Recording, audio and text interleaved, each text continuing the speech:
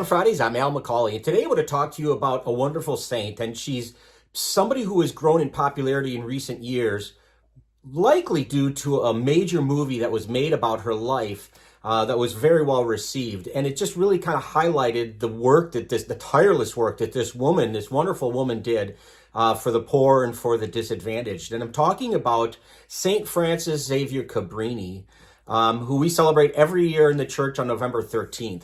Now, what's interesting about her is she is the first canonized U.S. citizen. She wasn't born here. She was born in Italy, but she was the first canonized U.S. citizen. Of course, the first U.S. born saint is Elizabeth Ann Seton, and I've done an episode about her in the past. You can always check out the archives if you are interested in her. But her life is just unbelievable. She was the youngest of 13 children. Her name was Francesca at birth. She was born, like I said, in Italy, and she struggled with poor health most of her life. She really had problems, but as she grew up, she dreamt of being a missionary, a Christian missionary to China.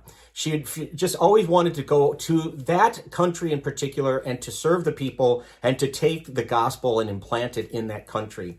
And in order to do that, she had to be part of a religious order. Unfortunately, because of her poor health, she was rejected from being a part of a religious order. So she decided, because she was this way, she was determined, she was going to start her own religious order. And she was the head mistress of an orphanage. And she formed a small community of other women, like-minded women who wanted to serve the poor as well. And again, this is all in Italy. And they were committed to living the religious life in community together. And she took vows in 1877. And because, it's a transition in life, she wanted to change her name slightly.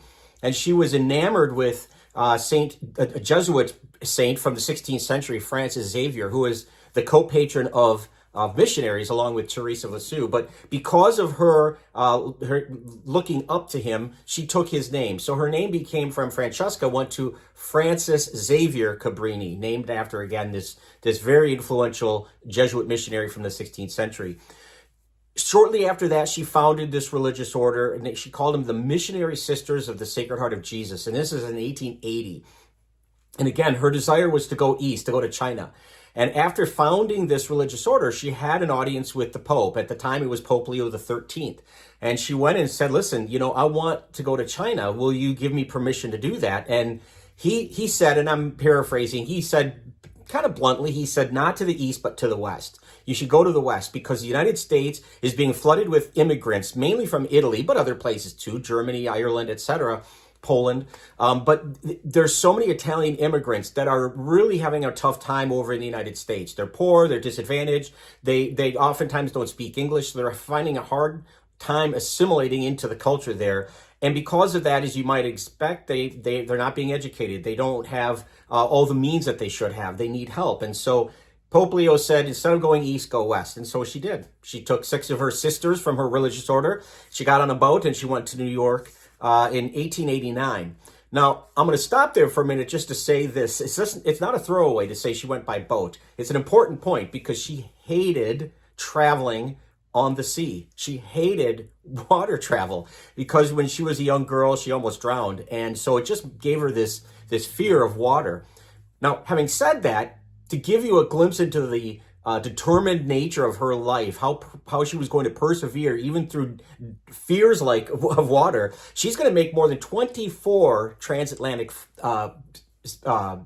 travels, if you will. She's going to voyages. She's going to go across the Atlantic and back more than 24 times. So for somebody who has this dread of water and of seafaring, travel, she's going to make the best of it and make a lot of voyages, more than 24 voyages in her life. It's pretty remarkable that she was able to find the intestinal fortitude to overcome all this. But anyway, when she gets to New York, she wants to establish this orphanage and she wants to start setting up shop, if you will, for the disadvantaged and the poor. And unfortunately, she's going to receive some backlash, both political and from her own religious superiors within the Archdiocese of New York. The Archbishop, Michael Corrigan, is going to have a hard time with this, and there's going to be all kinds of struggle for her to get this off the ground. But she was determined. She wanted to provide homes. She wanted to provide education, healthcare, especially for orphans. And so you look at how she's able to get this done. Eventually, she's going to win the day. And it's really due to her organizational skills, her ability to motivate others. It's going to build support And of course, she cooperated with God's grace. That's really what the germ of it is. God's grace is what's going to make this happen. And it's going to work through her to establish this. In the next 35 years, as a missionary in this country, in this hemisphere, she is going to found more than 65 orphanages, schools, convents, and hospitals in the United States, in Europe, and in South America. It's really kind of amazing the depth and breadth of her work, how she implanted the faith here by helping the poor. Unfortunately, she's going to die at the age of 67. She'll be canonized in 1946, as I said, as the first U.S. citizen to be canonized. But if we look at her life, and again, I say this all the time when I talk about saints, I'm just touching the surface. I'm giving you some highlights here, just maybe to inspire you to look deeper into this person's life. And there's just so much more that I could touch on, but just to keep this brief, these episodes brief, I just want to hit the high points. But when you look at her life as a whole, I think there's some lessons to take away, as there are in all saints. We're not asked to be Mother Cabrini. There already was one. We're asked to be saints in our own time. But there are certain things we can learn from their life and from their virtues that they lived to help apply to our situation. First, as I'd say this, she is the poster child, the model of overcoming adversity. Whether it was her health, whether it was the opposition, both political and religious, to her founding these orphanages and schools in this country, she was able to overcome that, even against really powerful forces. And she didn't look at her weaknesses. She looked at how she was called. It's that old cliche, God doesn't call the equipped, he equips the called. And this was truly the case of Mother Cabrini. Another thing is she overcame obstacles. I think in my own life, what obstacles I have to overcome to do what I do on a daily basis, or, just in my life. And we all have different obstacles of different sizes. And, how can we take those to prayer that will fuel our ability to overcome those, especially when it comes to helping other people, the poor, the disadvantaged, but even those people in our lives that somehow or sometimes aren't easy to get along with, like family members or neighbors, those kinds of people. The third lesson I would say we get from Mother Cabrini is she had a strong desire to serve God by serving others.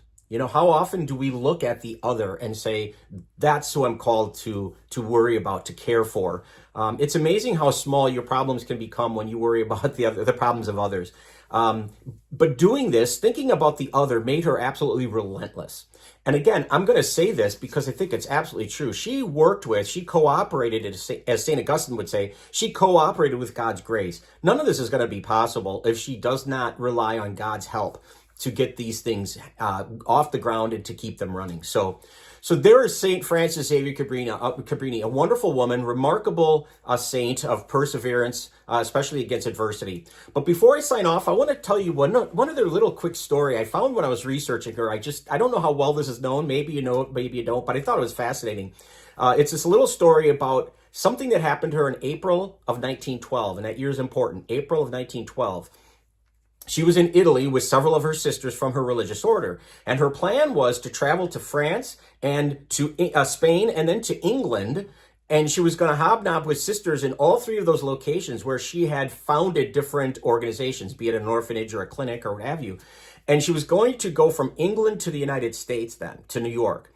And the sisters in England were so excited to have their Mother Superior come and visit.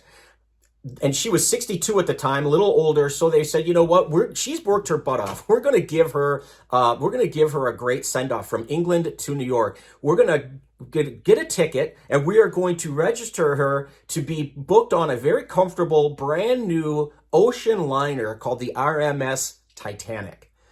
It's never sailed before. She will love it. She'll be wined and dined and taken care of all the way over to New York. And it'll be a wonderful gift. Well, what they didn't know, these nuns in England who are setting this up, what they didn't know is she had received a very important message, a cable from New York saying that they needed funds immediately. They could not wait any longer in order to have this hospital that she wanted to set up in New York to flourish, to open its doors and help the poor.